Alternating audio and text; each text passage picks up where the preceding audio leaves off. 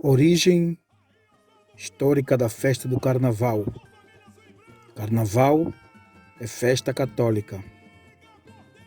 A palavra carnaval deriva da expressão latina carne, levare, que significa abstenção da carne. Este termo começou a circular por volta dos séculos XI e XII para designar a véspera da quarta-feira de cinzas, dia em que se inicia a exigência da abstenção de carne, ou jejum quaresmal. Comumente, os autores explicam este nome a partir dos termos do latim tardio, carnevale, isto é, adeus carne, ou despedida da carne. Esta derivação indicaria que no carnaval o consumo de carne era considerado lícito pela última vez antes dos dias do jejum quaresmal. A real origem do carnaval é um tanto obscura. Alguns historiadores assentam sua procedência sobre as festas populares em honra aos deuses pagãos, Baco e Saturno. Em Roma, realizavam-se comemorações em homenagem a Baco, deus de origem grega, conhecido como Dionísio e responsável pela fertilidade. Era também o deus do vinho e da embriaguez.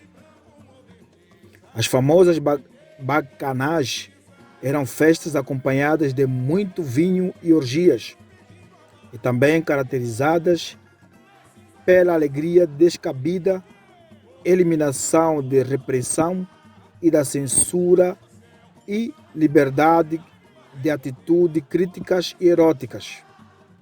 Outros estudiosos afirmam que o carnaval tenha sido talvez derivado das alegres festas do Egito, que celebravam culto à deusa Ísis e ao deus Osíris por volta de 2000 a.C.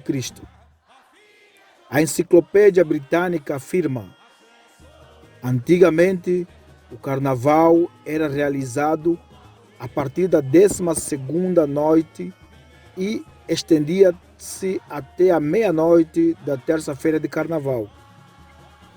Outra corrente de pensamento entende que o carnaval teve sua origem em Roma, enquanto alguns papas lutaram para acabar com esta festa. Por exemplo, Clemente, século IX e XI, e Benedito, século XIII. Outros, no entanto, a patrocinavam. O carnaval e a Igreja Católica Romana. Devido à sua origem pagã e pelo fato de ser uma festa tanto obscena, a relação entre a Igreja Romana e o Carnaval nunca foi amigável. No entanto, o que prevaleceu por parte da Igreja foi uma atitude de tolerância quanto a essa manifestação, até porque a liderança da Igreja não conseguiu eliminá-lo do calendário. A solução, então, foi, se não pôde vencê-los, juntar-se a eles. Daí, no século XV, a festa da carne, por assim dizer, foi incorporada ao calendário da Igreja, sendo oficializado como a festa que antecede a abstinência de carne requerida pela Quaresma. Por fim, as autoridades eclesiásticas conseguiram restringir a celebração oficial do Carnaval aos 3 dias que precedem a quarta-feira de cinzas. Em nossos tempos, alguns párocos intencionados promovem, dentro das normas cristãs, folguedos públicos nesse tríduo, a fim de evitar que sejam os fiéis seduzidos por divertimentos pouco dignos. Como se vê, a igreja não instituiu o carnaval. Teve, porém, de o reconhecer como fenômeno vigente no mundo em que ela se implantou.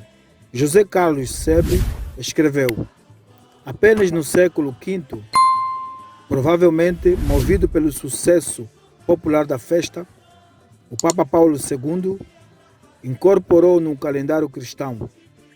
Aliás, Paulo II foi mais longe, chegando a patrocinar toda uma rica celebração antes do advento da Quaresma.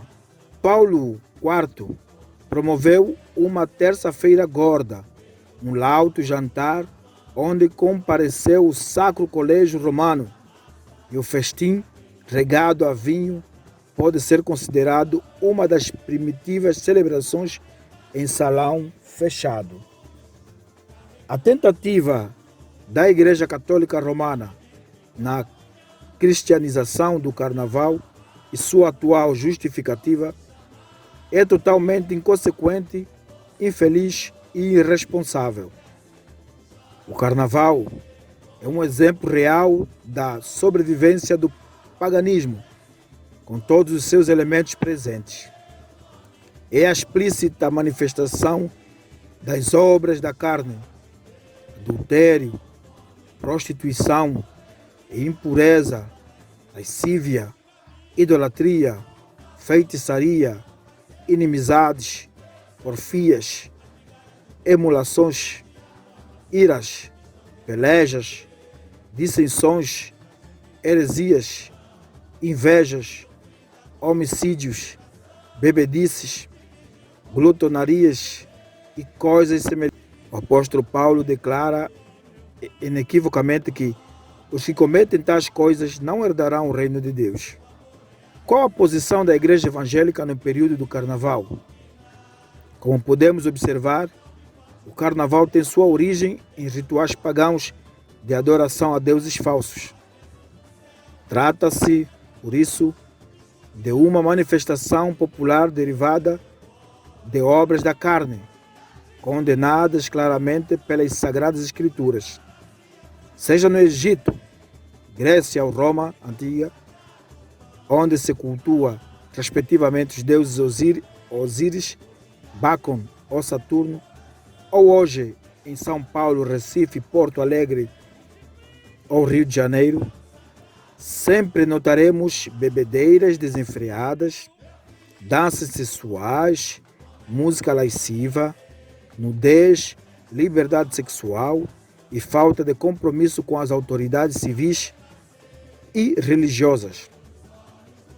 Entretanto, não podemos também deixar de abordar os chamados benefícios do carnaval ao país, tais como geração de emprego, entrada de recursos financeiros do exterior através do turismo, aumento das vendas no comércio, entre outros. Traçando o perfil do século XXI, não é possível isentar a igreja evangélica deste momento histórico. Então, qual deve ser a posição do cristão diante do carnaval? Devemos sair de cena um retiro espiritual, conforme o costume de muitas igrejas, a fim de não sermos participantes com eles? Creio que a resposta cabe a cada um. Mas, por outro lado, a personalidade da igreja nasce de princípios estreitamente ligados ao seu propósito: fazer conhecido ao mundo um Deus que, dentre muitos atributos, é santo. Origem do carnaval no Brasil. O primeiro baile de carnaval realizado no Brasil ocorreu em 22 de janeiro de 1841, na cidade do Rio de Janeiro, no Hotel Itália, hoje Praça Tiradentes, por iniciativa de seus proprietários italianos empolgados com o sucesso dos grandes bailes mascarados da Europa. Essa iniciativa agradou tanto que muitos bailes o seguiram. Entretanto, em 1834, O gosto pelas máscaras já era acentuado no país por causa da influência francesa. Ao contrário do que se imagina, a origem do carnaval brasileiro é totalmente europeia, sendo uma herança do entrudo português e das máscaras italianas. Somente muitos anos depois, no início do século XX, foram acrescentados os elementos africanos que atribuíram de forma definitiva para o seu desenvolvimento e originalidade. Nessa época, o carnaval era muito diferente do que temos hoje. Era conhecido como entrudo, festa violenta, na qual as pessoas guerreavam nas ruas, atirando água uma nas outras, através de bisnagas, farinha, pós de todos os tipos, cal, limões, laranjas podres e até mesmo urina. Quando toda esta selvageria tornou-se mais social, começou então a se usar água perfumada, vinagre, vinho ou groselha, mas sempre com a intenção de molhar ou sujar os adversários, ou qualquer passante desavisado. Esta brincadeira perdurou por longos anos. Apesar de todos os protestos, chegou até mesmo a alcançar o período da República. Sua morte definitiva só foi decretada com o surgimento de formas menos hostil e mais civilizadas de brincar, tais como o confete, a serpentina e o lança-perfume. Foi então que o povo trocou as ruas pelos bailes.